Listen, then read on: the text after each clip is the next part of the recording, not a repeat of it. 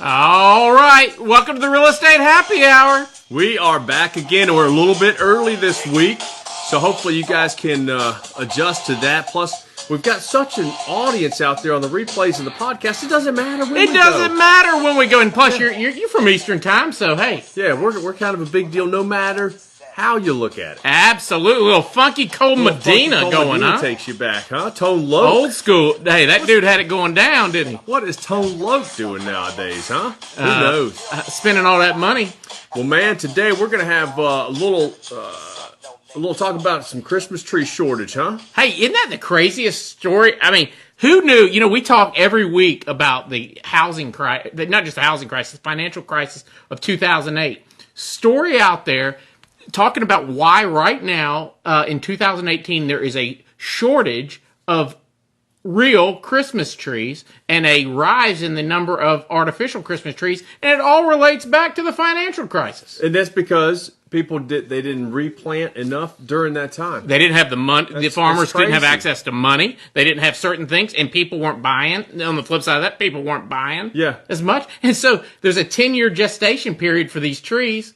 And, hey, boom, there we go. Who knew that the Christmas trees were going to be having a problem? This year we're suffering because it's a terrible thing. The price of 2008. Who knew? I mean, I suppose if you're into the artificial stuff and you sell those, you're loving it. Yeah, absolutely. Right, those sales will be up. So, how was Thanksgiving? Man, I hope everybody enjoyed it. It was good. I had a family. We stayed in town. Did you? No, you left. Yeah, we went just to Lake Wedowee. Lake Wedowee, the big lake. Yeah. Man, had a lot of good times, and then of course, the big game. Hey, Robin, the wrong team won the Iron Bowl. Of course, that was a big game. It was entertaining first half. And I think, Auburn played well to start with, but Alabama just too strong, huh? Then they got real. They played normal. And speaking of that, so we've got some conversation about Gus's contract, huh? Wow. Try to keep him? Are they trying to make changes? This is crazy. This is just such a real world getting an insight in who really runs these schools. Yeah. The money runs the schools. Oh, absolutely. No question. And the idea that $31 million was a deal for potentially. And the contracts and the wins, right? Right. You got to win, too. The contracts with the SEC, the TV contracts out in Texas. I mean, that's a big deal for the Texas Longhorns. But, yeah, money drives all of this stuff. And so now are they talking to Bob Stoops at Oklahoma? He says no, but then, they start, what do they call it, tailgate, where they're following all the airplanes' tail numbers to find out who's what, where, and why, and who's lying. And are they just trying to set Gus up for a tough year next year? I don't know. There's a lot of stories That's the thing, out there it's speculation on everybody's part. And I'd hate it for Auburn because it sounds to me, from what I've heard, the little bit that I've heard, it sounds like you're waiting on something to fail rather than Just excited about building something, a new year, a new team. Absolutely, and I think the other thing to think about is I want to coach. I tell you what, we do have a basketball coach at Auburn, in Bruce Pearl, that is phenomenal. True, right? And he's a players coach. I love it. Auburn stayed within 6 of Duke, and his response afterwards is, "There's no moral victories," right? All Gus Malzahn always says is, "We're going to get better next week. I promise you that." Right, but he said that for 3 years now. We're waiting for that 1 week to happen. Yeah. So it sounds tough. Let's see what other coaching changes we've got. We got a big coaching change in Atlanta. Oh, the big school, the Georgia Tech. Can you believe your it? School? We're sad to report that after 11 years, Paul Johnson is retiring. That's right. So that means that Georgia Tech will now be without the daunting triple option offense. Oh, moving back. Whoa! Although I will tell you this. If you watched Alabama a few weeks ago in Citadel, what gave them trouble? They actually went to the Georgia Tech coaches and got some advice on how they run that offense well. Can it win enough games in major college football? I don't think we've seen that very much, but it's crazy. Now, moving over to real estate, though, you and I were talking about this earlier about, equity in homes.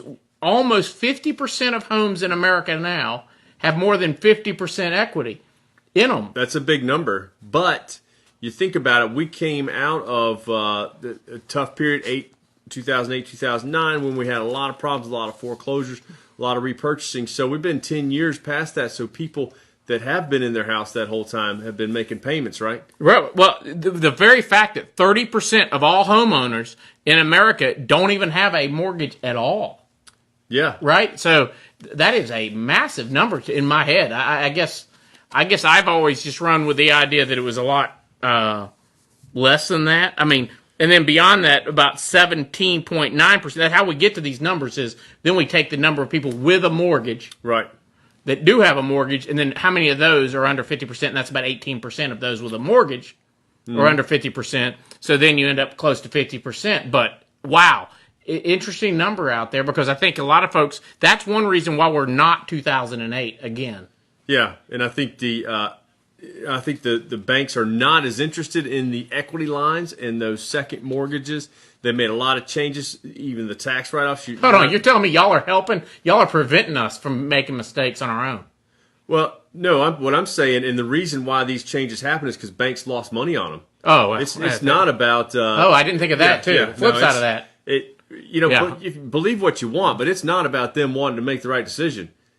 What's college football about? Money. What's banking about? Money. Second mortgages, a lot of banks lost money on them, right? When a house forecloses, what gets paid off first? The first mortgage. What gets left out? The second mortgage. So when you lose enough money on a certain product line, you're not as interested in it. So I think, that's also going to help the situation because they're not as interested in the second mortgage. It's just fascinating that all that plays together because it I should say this is as the world turns, right? I mean, in the sense of it's y'all for selfish reasons, the banks don't want to offer these loans. But on the flip side of that, it's helping the average homeowner stay out of debt, prevents them from. Yeah. The problem you and I've talked about though is the easy access to capital that people have via their credit cards. And other means that if they only had those stopgaps there, we'd be in a lot better shape. You're right. But, again, we'll get back to the economics of the situation. The pendulum will swing back in the favor of those becoming profitable again. Because let's say, with these numbers, at least 50% have 50% equity. Yep. So let's say if you're a bank, you extend a second mortgage only up to 70% of the value of the house. That's a pretty safe loan, right? Should be. So that's one way that it would make sense to get back into that business a little bit if they can make sense for the consumers. Because as all rates rise, those equity lines are going to rise, and they're making more money when they do loan them. Right, but they're also not as attractive to borrowers because as our regular mortgage rates rise to 5%, equity lines might get to 6, 7. That's crazy, and people are not going to want to hear that. Because are y'all still using the LIBOR rate for those? Yeah, a lot of them still would use that. Now, has that moved up as the regular? But a lot of them also use prime rate, which is tied to that Fed funds rate. So when that Fed funds rate moves up, that prime rate moves up, which is a lot equity lines tied to that as well. That's fat. It's all, man, it's just so much. It's so many moving parts here. Yeah, and speaking of rates, I thought it was interesting. Just this past week, I saw an 18, I think I texted it to you, an 18-month CD at 2.7 APY. I think that's the highest I've seen lately. Now, obviously, that's not a big rate. That's not a. But if you're parking money for, say you want to pay somebody's tuition next year, and you need it to be somewhat accessible, and it's guaranteed, you're not going to lose any money on a 2.7. No, you're going to be right with interest. Yeah. So with inflation. Yeah.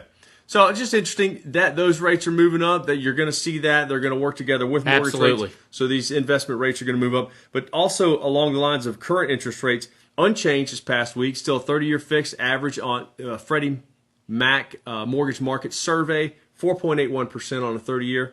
Wow. 4.25 on a 15-year fixed. Wow, that's gone up a little bit because just remember 2 weeks ago we were at very high threes at some point on that 15. Okay.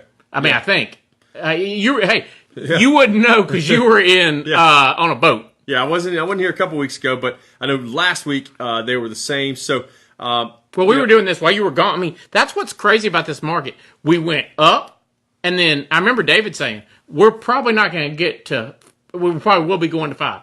Well, right as you said that, and you leave right back down. Yeah. and now we're back up. So in other words, it's just like the stock market. It's moving up, down. Yes, yeah, and I think mortgage applications, with this, it's only been a couple weeks, but with rates leveling off to some degree, mortgage applications have ticked up a little bit. So some buyers are still out there taking advantage of the interest rates that are available now, seeing a little bit of a slowdown in the rise. Well, that's interesting. Yeah, absolutely. Also, this week, the big topic I really want to talk about was. It's kind of like real estate contract basics, okay? Sales contract basics, and the way this comes up for me, anyway, these are kind of things that you deal with all the time because this is really a real estate agent's job. But sometimes I'll have a for sale by owner or a buyer. You get them. A buyer that wants to buy for sale by owner, okay? Sure. So they'll call me with these questions. Okay. And obviously, if there's not a real estate agent involved, then... Shame on them, is what I say. But it falls on me. But they're so they're concerned about it. But they think what they're really thinking is that you're just going to fill in the gaps. Yeah. Because I listened to the attorneys when I was a closing attorney. I saw it too. They just think that you're going to jump in. They'll protect me. And the problem is, just like you are in your job, we have things we're doing. We're not used to doing. I'm not used to being in the mortgage business. Right. I know a little bit more than the average bear, but I don't know. I wouldn't know where to go get. Hit what button to hit to get it done. Yeah. Right. Yeah. Right. So you're still negotiating on your own in this situation. Even I've been doing this for 13 years. I could coach you through writing a contract, but there's still negotiations there. I'm not talking to the seller. There's still things that come up during the process. We're going to talk about some of these things. But I'm not there every step of the way. I'm just kind of giving you a little bit of advice. I'm giving you a small percentage of the advice and the help that a real estate agent is actually giving you. I'm doing a very small percentage of that. True. Yeah. But a couple things I want to bring up, talking about closing costs. Okay. So a lot of times we negotiate those, right? Absolutely. When we have the buyer, you and I'll talk, we'll figure out something to take or an amount to put into the contract where we ask the seller for help with the buyer's closing costs, right? This is a very confusing. It sounds easy, but it's very confusing. I know a lot of buyers on their own will get confused by this. What are my closing costs? What are the seller's closing costs? But a couple things that are split are the attorney and title. Well, at least here in Birmingham. Now, I see Ashley Miller. If Ashley Miller, he's an agent in Auburn. That is not the case in Auburn. The seller only pays just a deed prep fee. All the attorney fees go on to the buyer. So it's very local. But, and I love talking to agents here in Birmingham. I go, well, how did this start when we split them, right? And no one has an answer. That's the way we do it. Well, all right, But Dan, you're correct. I wasn't saying you were incorrect. It's just it's different everywhere. And I think it's interesting. Like, let's say that you want to get $5,000 help from the seller for your closing costs. They're the buyer's closing costs. But the seller's got this half attorney title. And maybe they've got a home warranty. We'll get to that in a second. So maybe they've got $1,000, give or take, for round numbers. Let's say the seller's got $1,000. Well, if you're not clear about what that $5,000 includes, they may think they're including their $1,000. Oh, it happens all the time. And then we're off, and then we've got an argument. And we got an argument late. We got an argument late in the game where we're too late, really. Because there's nobody there that is negotiating on their behalf. Yeah. That knows the business in and out like a real estate agent. So Ashley Miller's talking about, like we just said, that it's different jurisdiction to not jurisdiction, that's my legal days. Area to area, market to market. Yeah, and that's another reason why you need a professional, right? Because if I'm going down there thinking I'm going to Auburn and I go, hey, Ashley, who's done it, by the way, if you're in Auburn, he's done work for my family. Yeah. He's a phenomenal realtor in Auburn. If you're down there, don't go expecting. You need to know what your closing costs are, because if you move from Birmingham to Auburn and you think, you know what, I don't need Ashley.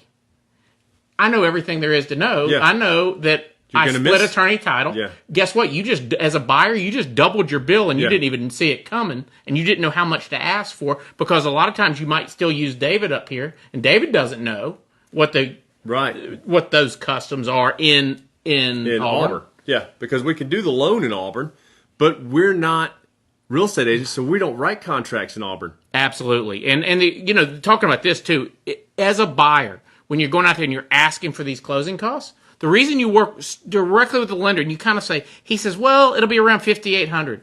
Do I go to $6,000? Maybe, maybe not. I go to my guy and may say, hey, look, let's ask for $5,500, $5,000. See if you can cover the difference. Because every $1 that I go asking for is $1 more potentially that the deal doesn't get done. Yeah, so let's say we work a lot on estimates up front, obviously, because we don't know exactly what the costs are going to be, and we hash all those out during the process. But let's say we get $6,000 from the seller, but at the end of the day, our exact number is $5,800. Then that $200 is gone. Gone. Right? You're not getting that back. Not getting it back. Yeah, it's off the table. So you're not leaving anything. You're not getting anything, and that's what we tell the sellers all the time.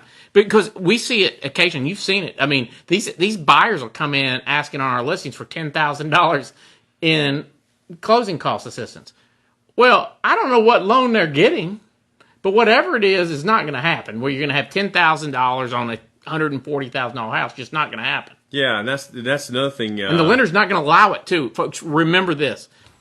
The lender is going to max out the amount of these concessions. Yeah, depending on the loan program that you are utilizing, there are caps and limits on the amount, typically a percentage of the purchase price that you're allowed to get back from the seller. So you know those numbers, right? If you don't know those numbers, you're not representing yourself well. Yeah, I mean, there's details on the mortgage side, just like there's details on the real estate side that realtors deal with every day, mortgage people deal with every day. And again, David, the other thing is just because I know it, like, I'll give you an example. There are times, I'm a licensed attorney in 3 states, but there are times in my life, I've never had to have a family lawyer or anything like that, don't get me wrong, but I've had to go hire an attorney for some reason or another, right? It's because, sure, I pass the same bar exam, but they have specialties that I don't have, right? Could I do it? The way I look at it, I could drive my car, I could steer my car with my feet, right? I could lay back, yeah, it's possible. steer. It's possible. Probably not something I should do. Wouldn't be driving as well. No. Man, I can triple task good. But all right, next item is a survey. This is something that comes up a lot. We don't require them. Okay, talking about a survey, a boundary survey. Yeah. So not a survey of your peers. It's another item, and these are just kind of highlights that I'll give to people about a contract because they're typically there's a lot of questions around them. So we go ahead and address them up front. So when you're and see, this is the other part that you're not well served because as a buyer, you're going into this negotiation with a seller buying a big, buying a house, which is a huge financial commitment, not knowing exactly what all is in the contract. But one of them is a survey. So the survey is the boundary lines of the property, right? It's negotiable. Yep. We don't need it. If you get a new one, that's fine. You can get one at closing, after closing. The seller may a lot of times have a copy of the original. Existing. Now, one thing to keep in mind when you're talking about a boundary survey is that unless you have a new survey, there will be an exception on the title policy for anything that would be affected by a current survey, a fence line that would have been found had they done a survey. So you do lose some of your protections there. But if you're in a platted subdivision and you want to take a risk, I would not take a risk if I was out with acreage. Yeah. It's just, here's the thing. I see people getting so cheap, over $500, but yet they're spending $480,000. Oh, yeah. On a house. And you're like, what are you doing? We're seeing people walk away for $2,000 in pricing on $300,000 or $400,000 houses, right? Oh, absolutely. Yeah. And you may be getting to title insurance in a minute, maybe. I don't know if you are or not, but while Ashley's here, this is interesting. In Auburn, we're talking about title insurance, there's 2 types of title insurance. There's lender's policy that you guys require, don't blame you, because you're putting the majority of the money out there to protect if there's any encumbrance on title. And then there's an owner's policy. In Auburn, up here, generally, the default is everybody gets an owner's policy, right? It's just what you do. Yeah, even though it's optional. In Auburn, everybody doesn't get one, I believe, at least they didn't used to, unless they're asked at closing or right before, do you want one? So that's another area where if you don't ask that realtor down in Auburn proactively, up here we're just going to do it. Right. Down there, they're not going to do it unless you ask for it. And that's another cost, closing cost that's typically split between the buyer and seller. Right? The total cost for the title insurance. If we get a lender's policy and an owner's policy. Yeah. So another thing that is typically split is that title insurance. So it's good to know that going in, what those sellers' closing costs are going to be. Now, some of these things, another thing to note on new construction, right? Oh, I didn't think about that. New construction, a lot of times, the title insurance and the attorney fee are not split. Well, because they've written it into their contract. So you got to know. And that's the other thing. When you're using an agent, that one of the best things you can ask them is, do you have experience with this builder? Right? Because, for instance, we've closed with Signature Homes gobs of times. We know that contract very well, right? It's a different contract than we're used to. Yeah. But, and guess what? Hate to tell you, but the Signature Homes contract is going to protect one party in there. And it's Signature Homes. Yeah. And I don't blame them. I mean, because they're saying, do you want to buy our house? Yeah. If you do, you play by our rules. Now, you don't have to buy our house. Right. But, so. Yeah. And if you don't have anybody on your side with knowledge of the business. That's right. You could be at a disadvantage. Why are they not paying? Well, we talk about it too with like a lot of the lender credits at a lot of these new home construction, where they're paying a portion. One thing I learned when I got out of practicing law, I was, went into development and building houses. One thing you taught me way back then was the lender still may be able to do something here to help honor something, or the builder may, right? Because the builder's priced in some of these discounts. And if you don't know to go ask for that discount from that builder, right? Yeah. Right. So if they were going to buy down a whole point, what was probably happening as a promotion was the builder was putting up a half a point. I can probably still get him to pay me that half a point. Yeah. Even if I don't use his lender. He's already got it priced in. Some of them write that in there so they can have that relationship with the lender, so they can know that the borrower's good when the lender says the borrower's good. But yeah, there's definitely things to know there. And speaking about the attorney and title, so who's in this situation? If we've got a buyer and a seller and no agents involved, who's picking the attorney? It's usually a cluster. Who's picking the attorney? Who's picking the title? It's usually, I went to church and I asked so-and-so and they said to use so-and-so, and they're not going to use the Alabama hammer for a closing. Or I know somebody. Yeah. Somebody that knows somebody. So if you're the buyer and the seller knows somebody, what are you going to ask that title insurance company? You have no idea. No, that's you're right about that. You're just signing paperwork. And it's nothing like you just want to have some, I'll give you not talk about this as well, which is you get to the inspection phase, right? Which inspector should I use? What drives me bananas are these real estate agents that give a laundry list of that looks like this of people. Of like home 40 inspectors. Of home inspectors, 20 home inspectors, and they tell Susie, pick one. Yeah. Well, then what do I need you for? Right. We tell them, hey, these are the two that we recommend the most because they've done our clients well. At the end of the day, that's what they're hiring us for, is to have an opinion. And that's why they call it risk management. If you're a realtor, listen to this and you'll know what that means. There is risk if you get out of bed. Certainly. And if you get hurt and you miss work, you call the hammer. Certainly, yeah. And there is risk if you pick a poor home inspector. Dolly Parton. Yeah. Kimberly Benefield has made it. She is here. Yes. Thank you for joining us. And Tammy Matthews just joined in. But yeah, so that's a big deal.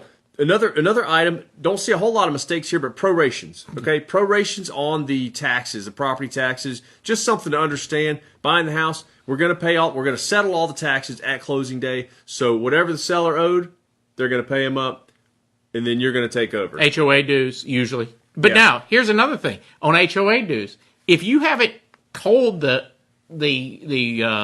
closing attorney what they are, because your realtor will, he may or may not know to do it. So don't get to closing when you're representing yourself and go, why is it not on here? Because you didn't tell him because you were dumb and didn't know. Yeah, exactly. Now, a lot of time, hopefully, the lender will catch it because that's part of, hopefully, something that we'll catch. But absolutely, squaring all that stuff up is another item. Home warranties. Home warranties are negotiable, and they are getting expensive, aren't they? They are. They're creeping up. It's one of those things where it's slowly, and then you look, then you blink, and they're now $100 more. Well, yeah, and I think the home warranty has been used by sellers as a little bit attractive on the property because, hey, it gives you a year. Okay, I know you're buying this house. you don't know everything about it, but here's a year where you're guaranteed to get things fixed relatively easily because of the home warranty. If you want to renew it after that, go for it. Well, and this is something that Wes Greer, that's really Wes, it's not Leslie, but Wes Greer is saying that, he's in Florida. Yeah. That a lot of this stuff, and he's talking about an HOA disclosure, a lot of this stuff should be disclosed, and if you're not utilizing that disclosure, you are now violating the law. And I tell you, one of the toughest things to do lately is to verify these HOA fees, is to get somebody to give us something in writing stating what the HOAs are. Well, because Tom, Dick, and Harry are the ones now running the HOA, and we don't know their phone number. Yeah, it doesn't seem like they take it very seriously, and it's obviously a big deal for us when we need them. What'd the hammer say? He's closed on a Rosemary Beach house and was never told about the 3% assessment the POA charges all buyers until I was at closing. Right. Yeah. I mean, about lit someone up. Yeah, that's a huge fee. Why was that not disclosed? That is, yeah. I mean, are you trying to? Here's the problem. Somebody was trying on that deal to not tell somebody so it would turn them off or something happened, exactly. Right? They didn't really want to mess up their deal, but guess what they did? They now messed up a potential lawsuit because they didn't know who they were dealing with. They didn't know they were dealing with the hammer.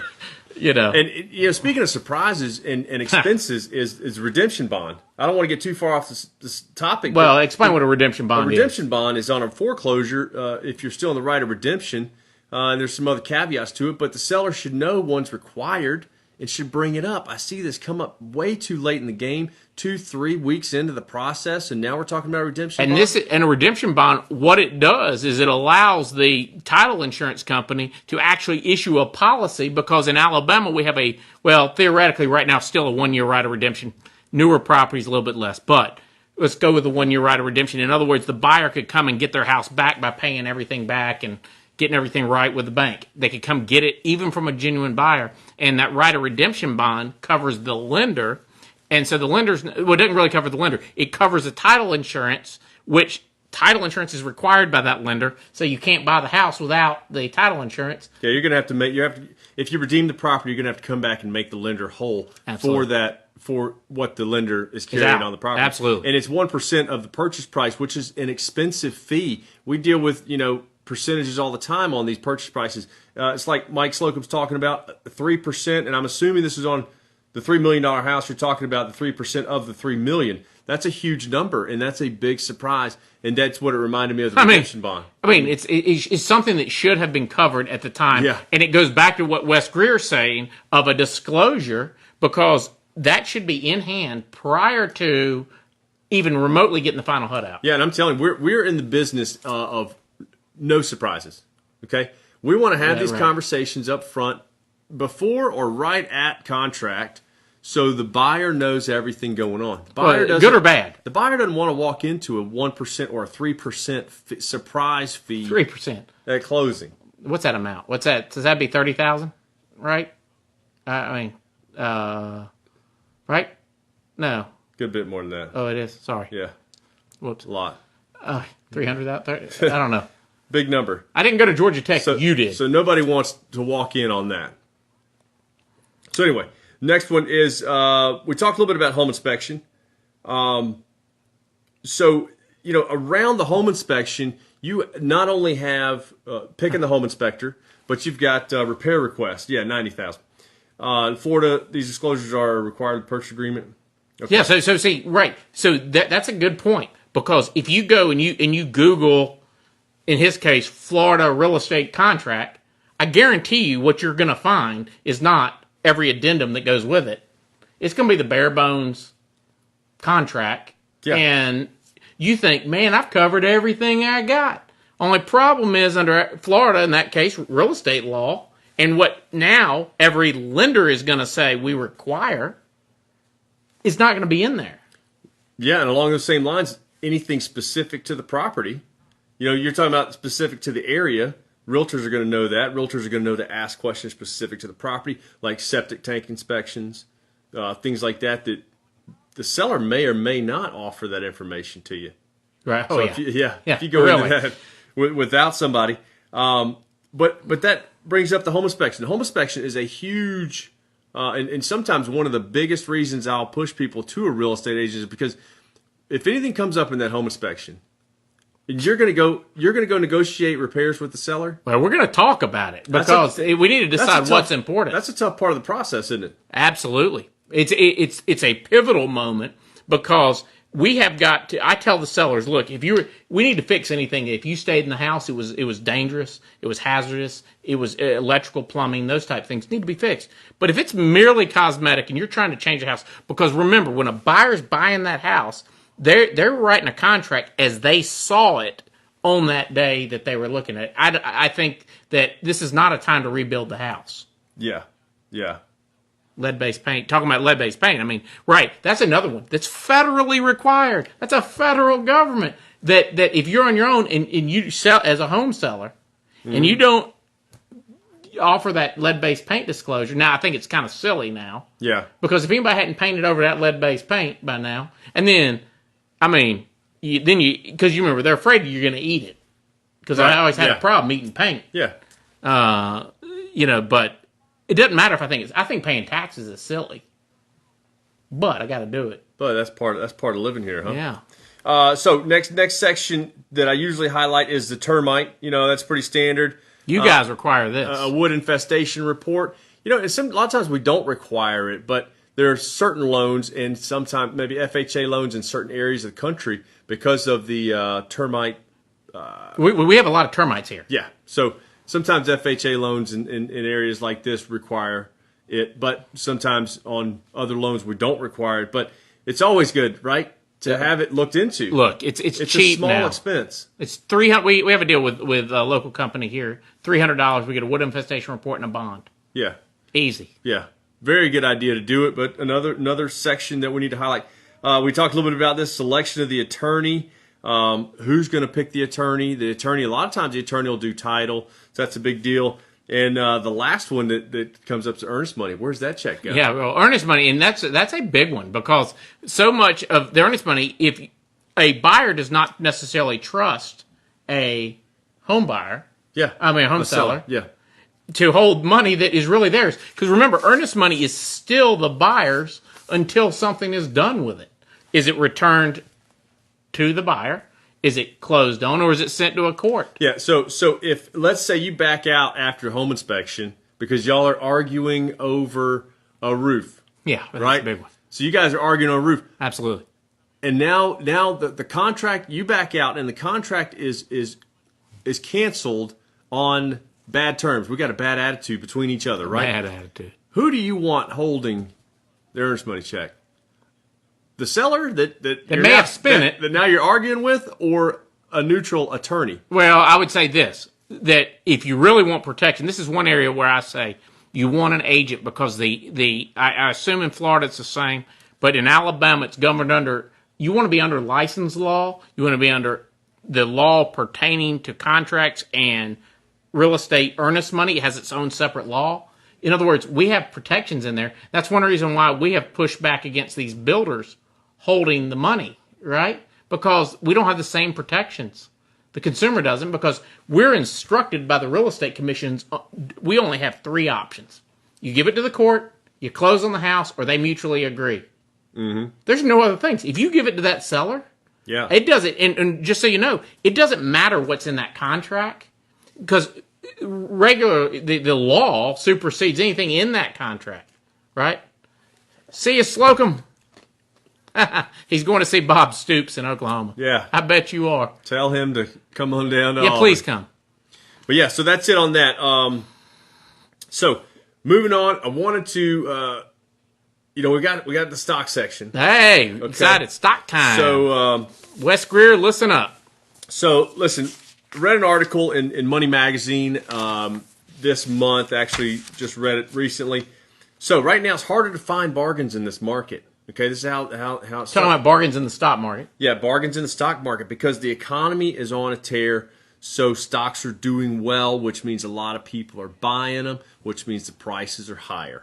So it's harder to find a deal. Right now, they're saying that stocks are averaging 24 times past 12 months profits. Okay, which the historical average is about 17. So we are expensive. Okay. Let's say stocks are expensive in general. Now, I choose to think they're cheap, and they're going to keep going up. I want to talk real quick about this, but this also says that this past August, the bull market became the longest bull market in history. Okay, it began nearly 10 years ago in the wake of the 2008 financial crisis. So, what my opinion on that is that right now, if the market is expensive, okay, if the market is at a temporary top, let's say, then there is a greater chance right now of it going down than it going higher, right? Oh, sure. And if the market pulls back, then that's a good buying opportunity. Every time it pulls back. Now, in 2008, when it was at when it had just gotten killed, there were greater chances for it going up, right? Than going further down. Yeah. So maybe right now, this is a theory of mine, maybe right now would be a better time to build up a larger cash position in your portfolio rather than just keep plowing the same amount of money into the market. Well, first of all, I agree 1,000% where you are on that. I would say, couple that with also saying, though, I would go look at some of these closed-end funds that pay, like, I've been a big fan of the PIMCO funds, right, that are throwing off a dividend of nearly 8% annually that pays it monthly. They annualize it, and then every month you get some.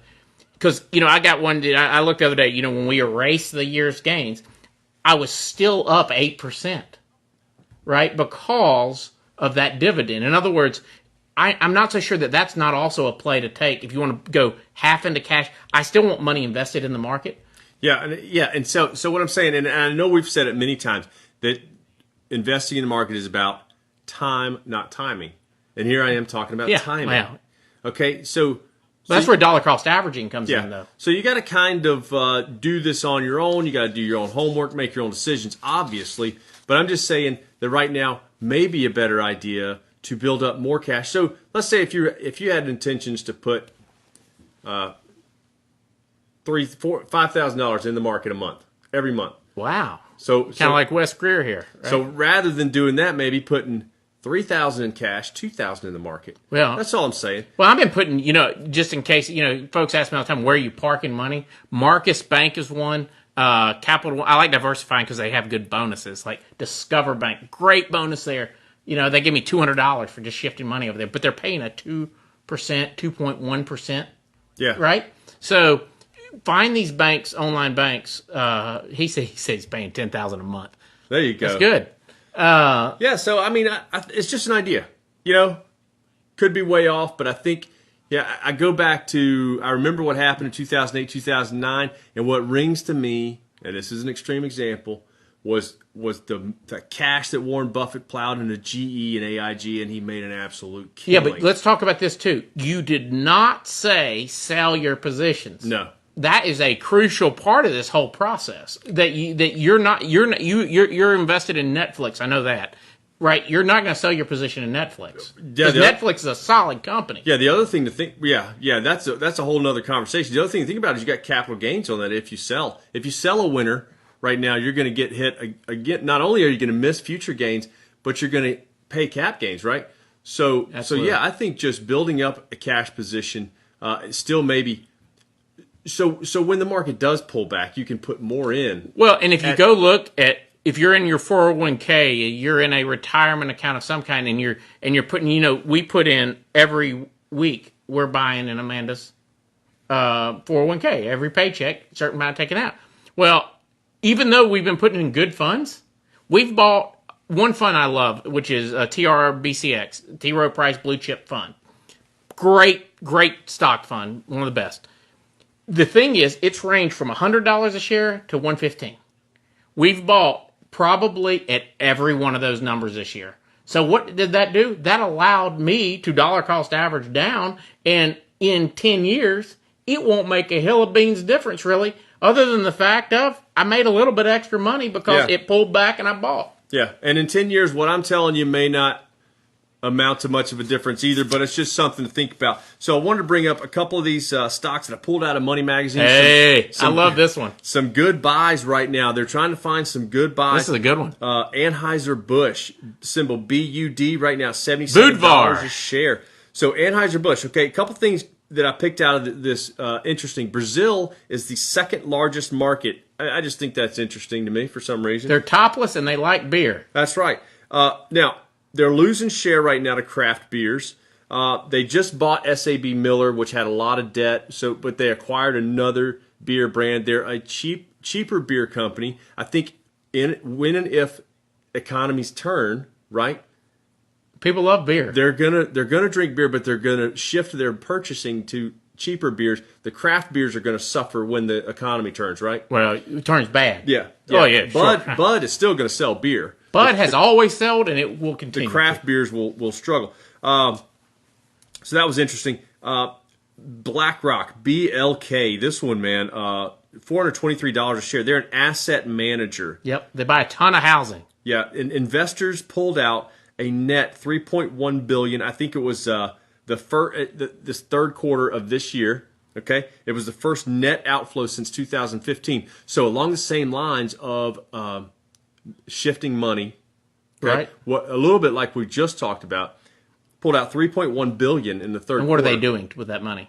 Now, the article didn't go to say where that money's going. The question is it distribution or is they holding on to it for future? Yeah, but the investors are changing their game, whatever. Now, they manage more than $6 trillion. Yeah. That's a lot of money. Mm-hmm. They invested heavily in Atlanta. I know that. Now, Wes Greer's talking about Budweiser and just talking about tours in Jacksonville. Yeah, I mean, just talking about all the different. They're not making money on it because people aren't going to spend extra money, I assume, to not only drink beer, but let's take a tour. Yeah. So next one is Intel, INTC, $48 a share. Recently, they've had trouble keeping up with PC sales. They're a chip maker. Yep. Okay, so they've had trouble keeping up with PC sales. One thing I found was interesting. Recently acquired Mobileye. Okay, Mobileye was a company that is big into driverless cars.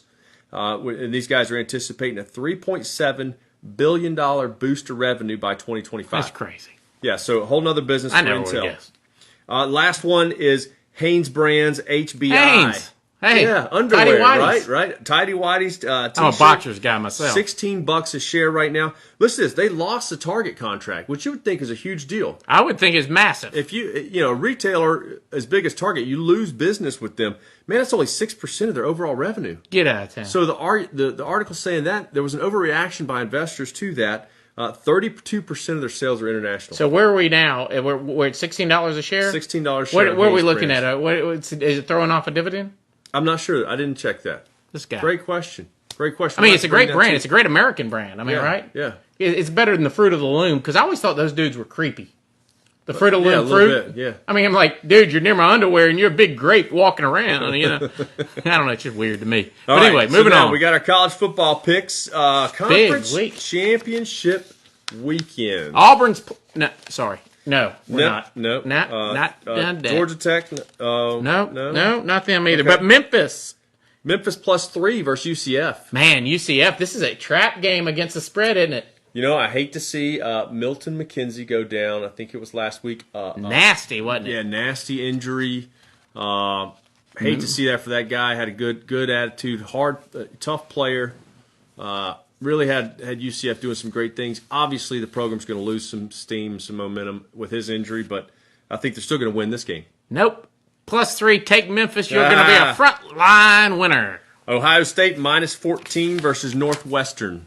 Buckeyes. Easy. Buckeyes are going to roll. UAB +1.5 versus MTSU. I think one of my old buddies that we used to work with, David Brown, still in the business. I think he played football at MTSU. Uh-oh.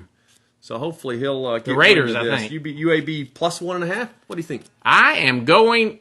Look, it's been a great season for UAB. This MTSU team's good. They're not going to. MTSU's going to win the game. MTSU, huh? Yeah. Okay. Yeah, but what a great season for I'm sorry, UAB. Mitchell. I hope Mitchell's not watching. He's not here yet. Texas +7.5. That's why we did it at 3. yeah. Texas +7.5 versus Oklahoma. Ooh, wow, huh? I mean, this is if I was putting real money on this, what a which Oklahoma team shows up? They have no defense. And now that Bob Stoops coming to Auburn, yeah, absolutely. Gotta go to Texas. Look, I'm going to Oklahoma. They'll win the game. All right, Alabama is the smallest line of the year, -13.5 versus Georgia. Man, this thing should be far wider. Go Dogs in more ways than one. The Dogs cover, don't win the game. No way. Dogs. Alabama's going to bury Go it. Dogs. They're going to pull out in the third quarter. Tua plays one series in the fourth. Hey, look, Georgia is peaking at the right time. Look what they did to Georgia Tech. Man, we could not stop them once. That's my point. I think they averaged 7 yards every time they thought about touching the ball. Yeah, they just thought, and then boop. 7. Move it up. It was like Tecmo Bowl back in the day. You just move it, and then Bo Jackson goes all the way. Yeah, they're just dragging our players down the field. Wow, that's it, man. That's going to be the last football until bowl time. Oh, man. That's upsetting, isn't Basketball. it? We can talk about some NFL, I guess, next week. Nah, I don't like the NFL. But anyway, hey, don't forget to go like the Facebook page. Go search for the Real Estate Happy Hour. We'll be back next Thursday. We might do it early again next Thursday. Well, no, we're going to be at 4 o'clock. Maybe. The other thing, podcast. Go download the podcast. It's blowing up wherever you can find good pod. That's right. Apple Podcasts, Google Podcasts, Stitcher. What's the other one with an S? All of them. Just go there. Pandora. Yeah, just go there. I mean, we're everywhere. You want to be. Spotify. That was the other one. There you go. And we're on premium too, right? I think. Yeah. But anyway, you guys have a beautiful week. Have a great week, and we'll see you next Thursday. See you later. Bye-bye.